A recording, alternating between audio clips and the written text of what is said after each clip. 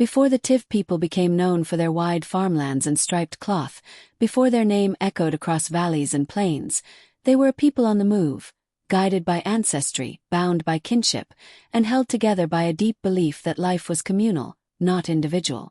The Tiv understood the world as something alive. The land listened. Rivers remembered. Ancestors watched. Every birth, every death, every harvest was tied to forces both seen and unseen. Elders taught that survival was not only about strength of arm, but about alignment with the earth, with truth, and with destiny. In those days, the Tiv lived in clustered settlements, their homes arranged in circles that reflected unity. Farming shaped their calendar and their character. They planted, they waited, they harvested. Yam mounds rose from the soil like promises. Children learned early that the land fed those who respected it. Women sang while working, men hunted and guarded the edges of the community, and elders preserved history through story, not writing. But peace, as the Tiv knew, was never permanent. From beyond their borders came an enemy, driven by conquest, hunger for land, and the desire to dominate. At first, the warnings arrived quietly. Scouts spoke of strange movements. Hunters returned with uneasy silence. Fires burned longer into the night as elders debated what could not yet be seen but was already felt. Then the attacks began. They came without mercy. The Tiv fought back, not because they loved war, but because they understood that to protect the land was to protect life itself. Warriors armed themselves with what they had: spears hardened by fire, shields carved with symbols of lineage, and courage sharpened by necessity. Drums were beaten, not for celebration, but to summon resolve. The first clashes were brutal. Dust rose thick in the air. Cries of pain mixed with shouts of command. The ground that once received seeds now received blood. Still the Tiv stood their ground. They fought as families, not as individuals. When one fell, another stepped forward. But the enemy was many, and they were relentless. Day by day the tide turned. The Tiv lost elders, men whose memories carried generations. They lost mothers, pillars of song and nurture. Young warriors fell before their strength had fully formed. The losses were heavy, and the weight of grief settled over the people like smoke that would not clear. The land itself seemed to mourn. As the battle stretched on, it became clear that this was no longer a fight the Tiv could win. Numbers dwindled. Strength faded. The enemy pressed closer, emboldened by victory, merciless in pursuit. At a breaking point, the elders made a decision that would haunt and save them all at once. They would retreat. Not to surrender their identity, but to preserve it. Under cover of confusion and fading light, the remaining Tiv people gathered what they could. There was no time for ceremony. No time for farewells to the fallen. They carried children on their backs, supported the wounded, and moved as one body away from the battlefield. Behind them, the sounds of pursuit grew louder. They ran through familiar paths now turned hostile. Trees they once rested beneath became silent witnesses. Feet bled. Breath burned. Fear pushed them forward when strength could not. No one knew where they were going, only that stopping meant death. Then suddenly the land opened. Before them lay a vast river.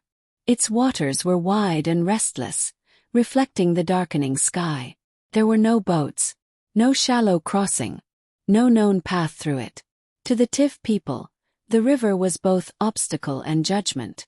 They stopped. Behind them the enemy closed in. Panic spread through the group like fire in dry grass. Some cried openly. Others stared at the water in disbelief. Mothers clutched their children tighter. Warriors lowered their weapons, knowing steel could not part a river. This was the end, they thought. The Tiv people had survived battle only to be cornered by nature itself. Elders whispered prayers, not loud but desperate. They called upon the spirits of their ancestors. They asked the land why it had led them here. They asked the river to have mercy. And then, from the bush beside the water, something moved. At first, it was only the rustle of leaves. Then the green appeared. A massive snake emerged, its body long, powerful, and shining like fresh leaves after rain. It was unlike any serpent they had ever seen. Its presence was overwhelming. Its silence was heavy. Fear froze the people in place. Some screamed. Others dropped to their knees.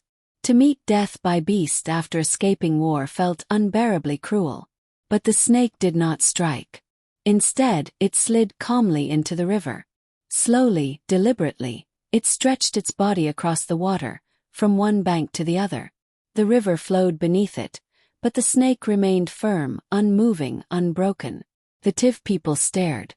No elder spoke. No child cried. The enemy's noise faded behind them, replaced by disbelief and awe.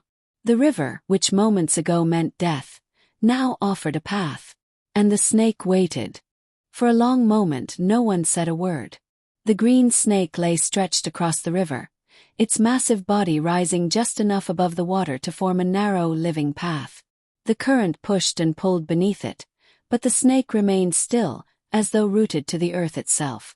Its head rested calmly on the far bank, its eyes neither threatening nor afraid. The Tiv people stood frozen between terror and hope. Was this a trick of fear? Was it death wearing a gentler face? The sound of the enemy returned, shouts, laughter, the clatter of weapons striking shields. They were close now. Very close. The choice before the Tiv was no longer theoretical. It was immediate. An elder stepped forward. He was old, his back bent by years of farming and carrying history, but his eyes were sharp. He studied the snake, then the river, then the people behind him. He understood something the others had not yet found words for. Destiny does not always arrive gently, but it always arrives with purpose.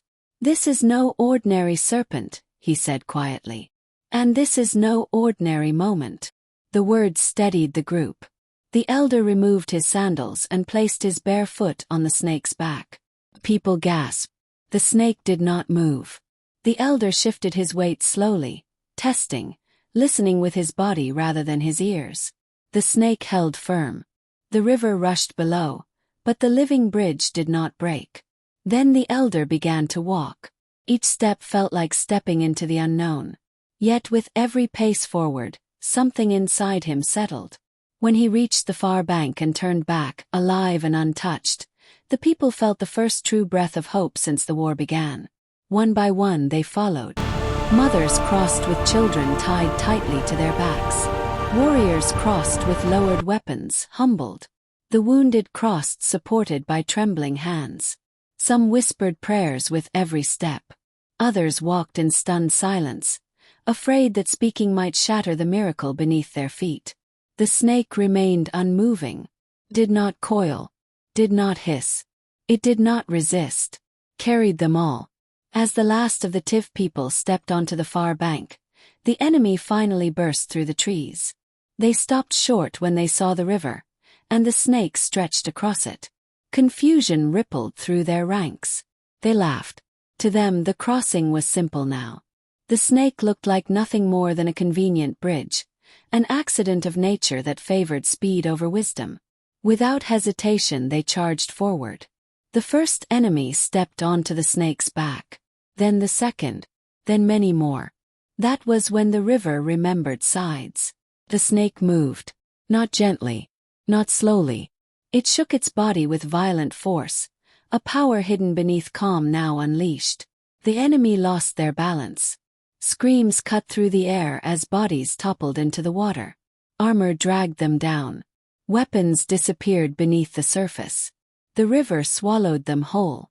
The snake thrashed once more, and then again, until no enemy remained on its back. Then, just as suddenly, it stilled. The Tiv people watched from the far bank, stunned. Victory had not come from strength or strategy, but from mercy they did not understand and power they could not command. The snake slid from the river and disappeared into the bush, leaving no mark behind. Only silence. For a long time the Tiv people did not move. Some fell to their knees. Others wept openly, not only for survival, but for those lost along the way. The river flowed as it always had, indifferent yet changed forever in memory. An elder finally spoke. "This day," he said, voice heavy with awe, "will not be forgotten. They named the snake Ikyaren, the one who carried the people. From that moment, a law was born not from fear, but from gratitude. No green snake would ever be harmed in Tiv land. To kill one would be to betray the spirit that saved them. It was believed that Ikyaren was not merely flesh, but a messenger, perhaps an ancestor, perhaps the land itself taking form. And so, the people moved on. The journey ahead was long. Hunger followed them. Fatigue clung to every step. But something had changed within them. They were no longer a broken group fleeing death. They were a people preserved for purpose. They traveled through unfamiliar terrain, guided by elders and signs in nature. Where the soil felt right, they rested. Where danger lingered, they moved on. Farming tools were remade. Shelters were built and abandoned. Children grew older on the road, learning that survival was part of their inheritance. Through it all, the story of Ikyaren was told again and again, by fires under stars, in whispers to frightened children. And each time it was told, it grew stronger. Because it reminded the Tiv people of one truth they would never forget. When the path ends and defeat is certain, salvation may come from where fear once lived. After the river, the Tiv people did not celebrate. Survival had come too suddenly, too quietly, and at too great a cost. Joy felt fragile, almost disrespectful to those who had fallen before the crossing. Instead, they moved forward with solemn purpose, carrying memory alongside hope. The land beyond the river was unfamiliar. Tall grasses cut against their legs. The soil felt different beneath their feet, firmer in some places, loose and sandy in others. Trees grew in strange patterns, and the air carried scents they did not recognize. Every sound was measured, every shadow watched. The Tiv had learned, through loss, not to take safety for granted. They formed a moving community again. Elders led at the front, guided by knowledge of the stars, the wind, and the language of the earth. Warriors guarded the edges, alert but restrained. Women organized food, tended the wounded, and kept the children close. Even in flight, the Tiv did not abandon order. Structure was how they survived. At night, they gathered around small fires. Stories were told, not of the battle, but of who they were before it. Genealogies were recited so names would not be forgotten. Songs were sung softly, carrying grief and strength in equal measure. Children listened wide-eyed, learning that their history did not begin with running, and would not end with it. And always, the story of Ikyaren was repeated. Each retelling was careful. The elders insisted on accuracy. This was not a tale to be exaggerated or reshaped. Gather close, my people. It was truth, and Tonight truth we speak demanded of our respect. ancestors and the great They fire that described binds the green us. snake Their exactly stories as are it our was. strength. Indeed. Calm, Let them massive, guide our path silent, forward. deliberate. They reminded the people that fear almost blinded them to salvation, and that humility opened the path. From then on, green snakes were no longer seen as creatures to be feared. They were greeted with reverence. Whenever one appeared along the journey, the people stopped. They watched. They waited. No one raised a weapon. Children were warned gently but firmly never to harm one. It was said that if Ikyaren could appear as a snake once, it could appear again in many forms. The journey stretched on weeks into months. Food grew scarce at times. Hunting was uncertain in unfamiliar territory. Some days roots and wild leaves were all they had. But when they found fertile ground, they planted. Even temporary soil was treated with respect. Farming was not just sustenance. It was identity. To plant was to declare belief in tomorrow. Slowly the land began to change. The Tiv moved toward wide valleys and open plains. Rivers appeared more frequently, not as barriers, but as companions. The soil grew darker, richer. Rain fell in patterns the elders recognized. Crops began to thrive. The land responded to them, and they responded in return. One evening, as the sun dipped low and painted the sky red, an elder pressed his hands into the soil and nodded. "This land listens," he said. "It remembers footsteps." They began to settle. Homes were built, not hurried shelters, but compounds arranged with care. Farms expanded. Yams grew large and healthy. Millet and sorghum followed. Life regained rhythm. Children laughed without fear. Songs returned, not mourning songs but work songs and celebration songs. This place would later be known as Benue. Here the Tiv people found space, not only to live, but to become fully themselves again. Over time, other peoples shared the land. Idoma, Vijid, each with their own languages, traditions, and histories. Differences existed, but so did mutual understanding. The land was vast enough to hold many identities, and the rivers fed them all. The Tiv people flourished. Farming became their strength and their pride. They learned the seasons intimately, when to plant, when to wait, when to harvest. Their fields stretched wide, and their produce fed not only their families, but neighboring communities. From this abundance came a new name whispered with respect across the region: the food basket of the nation. Their clothing, too, took on deeper meaning. The black and white striped attire became a symbol of balance, life and death, loss and survival, night and day. It reminded them of where they had come from and what they had endured. To wear it was to carry history on one's body. And the law of Ikyaren remained unbroken. No green snake was ever killed in Tiv land. When one crossed a path or appeared near a home, people stepped aside. They believed such sightings were reminders, warnings sometimes, blessings other times. The snakes were rarely seen, and that rarity only deepened the belief that they were not ordinary creatures. Generations passed. Children grew into elders. Elders became ancestors. The story of the Great Escape did not fade. It was taught carefully, without decoration, because it was not meant to entertain, it was meant to instruct. It taught the Tiv people who they were. People who survived not by dominance, but by endurance. A people saved not by force, but by grace. A people who learned that respect for land, for life, for the unseen was power. And so, whenever the Tiv gathered, at harvests, at festivals, at moments of decision, the memory of the river returned. Not as fear but as foundation. Because they knew this. They were still walking on the promise that once took the form of a green snake. As the Tiv people settled fully into the fertile valleys of their new homeland, survival slowly transformed into stability. What once demanded constant vigilance now allowed room for reflection. And in that reflection, the elders understood something vital. A people who forget the reason for their survival risk losing it. So the story of the river was not left to memory alone. It was shaped into law, belief, and daily practice. The Tiv world was governed not only by spoken rules, but by moral understandings passed from one generation to the next. These understandings, older than any single clan, defined what was sacred and what was forbidden. Among them, none stood higher than the law of Ikyaren. From childhood, Tiv children were taught the rule plainly. A green snake is not to be harmed. No explanation was softened. No alternatives were offered.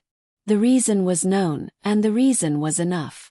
Elders explained that Ikyaren was not simply a creature that once appeared, but a spirit that chose a form. Some believed it was an ancestral force that rose when extinction threatened the people. Others believed it was the land itself responding to injustice.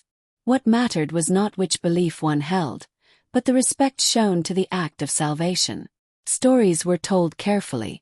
They described how fear nearly caused the people to reject their own deliverance. How hesitation almost cost them everything. From this, the Tiv learned restraint. They learned to pause before destroying what they did not understand. This belief shaped their relationship with nature. The land was not something to be conquered, it was something to be negotiated with. Trees were cut with intention. Rivers were approached with care. Animals were hunted for need, not cruelty. Farming remained central, not just as labor, but as covenant. You fed the land and it fed you. This worldview strengthened the Tiv identity. As their population grew, clans expanded, and lineages deepened. Disputes were settled by elders, not violence. Wisdom carried more weight than force. Decisions were measured against ancestral values, not personal gain. Even warfare, when unavoidable, followed principles. Not all battles were honorable, but the Tiv remembered the cost of endless bloodshed. The great loss before the river remained a warning etched into communal memory. Visitors noticed something distinct about the Tiv people. They were proud but not arrogant, strong but not reckless, rooted yet adaptable. Their attire, the black and white stripes, became more than clothing. It was worn during ceremonies, festivals, and moments of identity. The contrast symbolized duality: sorrow and survival, danger and deliverance, the river and the crossing. And always the elders watched for signs. A green snake crossing a path caused everyone to stop. Work paused. Conversations fell silent. The snake was allowed to pass undisturbed. Some bowed their heads. Others whispered thanks. No one questioned the pause, it was understood. Such sightings were rare. So rare that when they happened they were discussed for days. Elders debated meaning. Some believed it was a reminder to stay united. Others believed it was a warning against pride or injustice. But never was it ignored. Through seasons of abundance and seasons of hardship, the Tiv people endured. They became known far beyond their borders for agriculture. Their harvests fed many. Traders traveled long distances to exchange goods. The land rewarded patience, and the people rewarded the land with respect. Benue flourished. The Tiv shared the state with other groups, Idoma and Ejid, each contributing to the cultural richness of the region. Differences existed, but so did cooperation. The rivers did not belong to one people alone, and neither did the soil. Time passed in generations, not years. The story of Ikyaren did not fade into myth. It remained alive because it was tied to behavior. A belief survives longer when it governs action, not just speech. And so, even as modern life began to brush against tradition, one rule remained unchanged. No green snake is killed in Tiv land. Because to forget the serpent was to forget the river. And to forget the river was to forget survival itself. Yet, unknown to many, the story had one final purpose, not just to explain the past, but to instruct the future. That lesson would become clear in the legacy the Tiv people carried forward. The Tiv people did not measure time the way others did. They measured it by harvests, by generations, by stories that refused to fade. Long after the wounds of flight had healed and the memory of the battlefield softened, the crossing at the river remained sharp, alive in speech, in custom, in silence. Benue became home not by conquest, but by acceptance. The land welcomed the Tiv because they listened to it. They learned its moods, the patience of dry season, the generosity of rain, the warnings hidden in wind and birdsong. Farming was not merely work. It was devotion. Each seed placed into the earth carried a quiet promise. We are staying. Yams grew thick and strong. Fields stretched wide. Granaries filled. Other peoples came to trade, to learn, to eat. Slowly, a reputation formed that traveled farther than any warrior ever had. The Tiv fed the land, and the land fed the nation. The people prospered, but they did not forget. Every Tiv child grew up hearing the same instruction, spoken plainly and without drama. You may fear the snake, but you must never harm it. No one needed to ask why. At festivals, elders dressed in the black and white striped cloth stood before the young and spoke of balance. They explained that life is never one thing alone. Survival walks beside loss. Courage walks beside fear. Light is meaningless without shadow. The stripes reminded them of the day the people walked between death and water. Disputes arose over the years, as they always do among humans. But the Tiv measured every conflict against their greatest lesson. When division weakens a people, extinction waits nearby. Unity had once saved them. It would save them again. And so the law of Ikyaren endured, not written on stone, but etched into conscience. Green snakes remained rare. When one appeared, it was never treated casually. Elders were called. Children were hushed.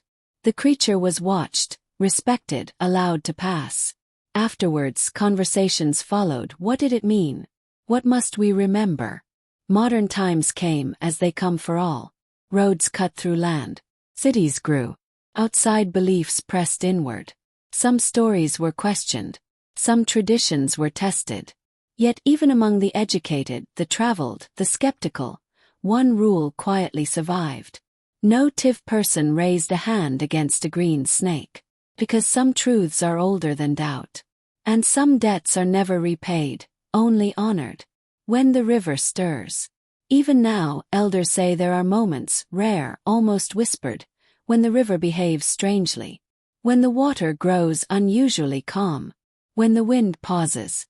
When birds fall silent. They say that in such moments, the river remembers.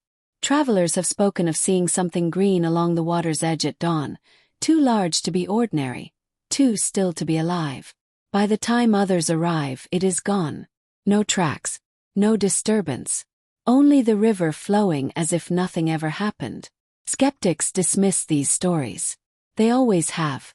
But the Tiv elders only smile. Because they know something others do not. Ikyaren did not come to be worshipped. It did not come to be seen often. It came only when a people stood at the edge of ending. And should that day ever return, should the Tiv once again reach the end of the road, the river will remember whose footsteps it carried. And the green bridge will rise again. My darling viewers, what do you think about the story? We would love to know in the comments section. Watch out for another interesting story which would be uploaded in a few days. Do well to hit the subscribe button so you would be notified immediately it's uploaded.